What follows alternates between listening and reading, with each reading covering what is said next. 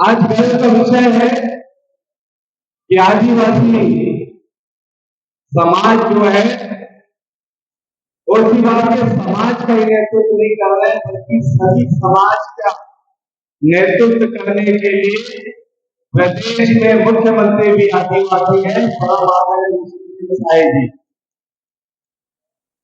और इस देश के सबसे ऊंचे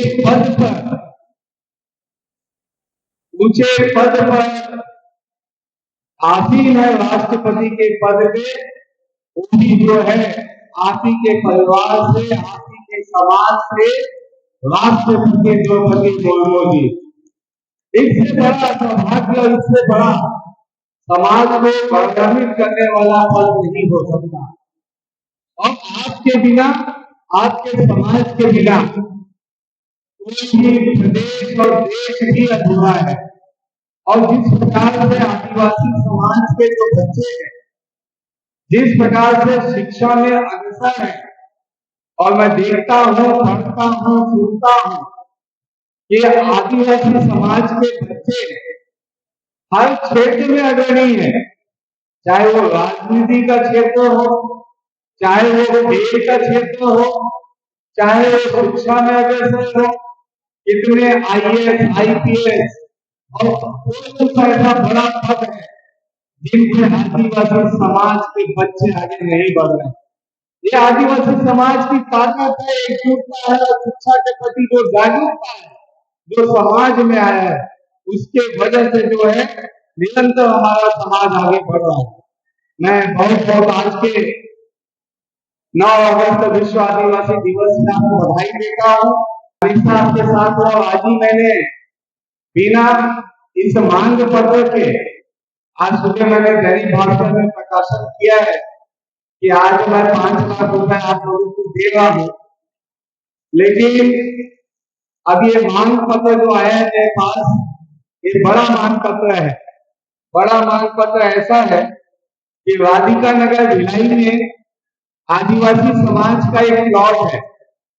उस प्लॉट में एक छोटा सा हॉल और एक मात्र बाथरूम बना हुआ है। उसे पूरा निर्माण करने की आवश्यकता है। निर्माण इसलिए करने की आवश्यकता है कि अगली बार जब समाज का आयोजन हो तो नेहरू कल्चरल हाउस में ना हो, हमारे सामाजिक भवन पे हो। इसके लिए हमें प्रयास करना है और उसके लिए बड़ी राशि की आवश्यकता है। उसके लिए बड़ी राशि की आवश्यकता है। मेरा समाज के लोगों से मेरा एक ही निवेदन था कि आप लोग जो है कमेटी बनाइए। वो कमेटी मुझसे निरंतर संपर्क में रहे कि किसी कभी आवेदन लगेगा, कभी कोई आर्किटेक्ट आएगा तो डिजाइन करने के लिए आपसे संपर्क करना पड़ेगा।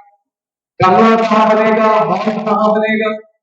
आपको बता देना चाहता हूँ, आपके भवन को कंप्लीट करने के लिए 10 लाख, 5 लाख, 25 लाख, 50 लाख तो विषय नहीं है। जितने में भी बनेगा वो भवन को मेरे विधायक रहते एक भव्य बनाना है, एक भव्य बनाना है। उसमें आपको आपकी जागरूकता बड़ा आवश्यक है, क्योंकि समाज के लोग जब एक्टिव रहते हैं तो निश्चित रूप से नेताओं को भी एक्टिव रहना पड़ता है। और मैं आपको बता दूं कि मैं पार्षद बना रामनगर से पार्षद बना, तो उसमें मैंने तय किया कि मैं वार्ड में जितने भी समाज के लोग हैं उन सभी समाज के लोगों को भवन देना है। और मैंने तय किया कि सबसे पहले किसी समाज को दूंगा तो आदिवासी समाज को दूंगा। और पार्षद रहते मैंने एक 10,000 स्क्वायर फीट में बने एक भवन को मैंने आदिवासी समाज को सौंपा।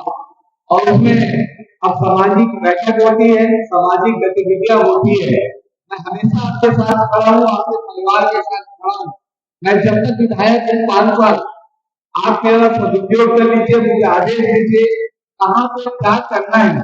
मैं ऐसा जनप्रतिनिधि हूँ कि खजाने की कमी नहीं आने दूंगा, बजट की कोई कमी आने नहीं दूंगा, क्योंकि 25 साल पार्षद के रूप में मुझे जो अनुभव प्राप्त है कि बजट लाना कैसे है, काम कराना कैसे है, उसमें ऊपर वाले की दया से बहुत माहिर हूं मैं। आप लोग बस आशीर्वाद बना के रखिएगा अपने इस बच्चे को, क्योंकि बहुत संघर्षों से मैं भी आगे बढ़ा।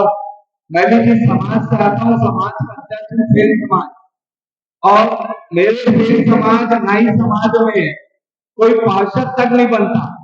आदिवासी समाज में तो लोग बड़े बड़े पदों पे है, लेकिन पूरे भारतवर्ष में अकेला सेन समाज से मैं विधायक हूँ, अकेला, और मेहनत करते रहता हूँ। और मेरे लिए ये नहीं है कि कौन किस राजनीतिक दल से जुड़ा है या विचारधारा किसकी क्या है। मुझे ये मालूम है कि मुझे सर्व समाज के लिए काम करना है, और सर्व समाज को आगे बढ़ाने के लिए जो करना पड़े मैं काम करूंगा। और उसके लिए निरंतर 25 साल से सक्रिय राजनीति में मैं लगा हुआ हूँ।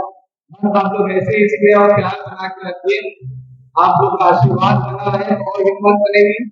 और मैं देख पाता बाहर शोभा यात्रा सब बच्चे अच्छे सज धज के अपनी संस्कृति को बचा के रखें। अपनी संस्कृति और संस्कार से कभी समझौता मत कीजिएगा। जितने लोग हैं जो जितने बड़े उच्च पदों पे चले जा रहे हैं, जितने बड़े उच्च पदों पे चले जा रहे हैं, आदिवासी समाज सिर्फ जो है भिलाई और छत्तीसगढ़ और भारतवर्ष में सीमित नहीं है। आदिवासी समाज पूरे विश्व में है, और हमारे समाज के बच्चे जो हैं विश्व के कोने कोने में है। उन लोगों को मैं निवेदन करता हूँ कि आप विश्व के कोई भी कोने में हो, जब ऐसा कोई समाज के लिए और परिवार के लिए विषय आए तो सब छोड़ के अपने समाज और परिवार में वापिस आ जाना और अपनी संस्कृति और संस्कार को बचा के रखना। आज अगर आदिवासी समाज की चिंता सभी राजनीतिक दल के लोग अगर कर रहे हैं और सबसे पहले ये सोचते हैं कि किस समाज के लिए किया जाए, तो वो सोचते हैं कि आदिवासी समाज के लिए किया जाए। वो क्यों सोचते हैं? इसलिए सोचते हैं क्योंकि आपकी एकजुटता है, आपकी एक ताकत है, आपके अंदर जो एक समूह है, जो एक किसी को भी आप चाहे तो सरकार बना सकते हैं, आप चाहे तो सरकार को उखाड़ के फेंक सकते हैं। एक ताकत आदिवासी समाज में, एक ताकत आदिवासी समाज में है। इसलिए सभी नेताओं को, चाहे वो कोई भी राजनीतिक दल का क्यों ना हो, उसको आदिवासी समाज के बिना वो आगे नहीं बढ़ सकता। उसको झुकना पड़ेगा, तो उसे आदिवासी समाज के आगे झुकना पड़ेगा और समाज के लिए कुछ करना पड़ेगा। अगर समाज के लिए अगर उसकी सोच नहीं है कोई भी ऐसे राजनीतिक व्यक्ति की, तो समाज भी उसको अर्थ से फर्ज में लाने के लिए देर नहीं करेगा। इसलिए समाज की चिंता करना सबके लिए बड़ा आवश्यक है। आदिवासी समाज के आप सभी हमारे बुजुर्ग जिन्होंने इसे सींचा है, जिन्होंने यहाँ तक इस पड़ाव को लाया है, उन्हें मैं प्रणाम करता हूँ। काफी बुजुर्ग बैठे हैं। जो आने वाले पीढ़ी है, जो युवा है, उनको मैं बस एक ही मेरा निवेदन, अपनी संस्कृति और संस्कार को बचाए रखना। समाज सर्वप्रथम होना चाहिए, उसके बाद सारा चीज होना चाहिए। इन्हीं शब्दों के साथ पूरा देश की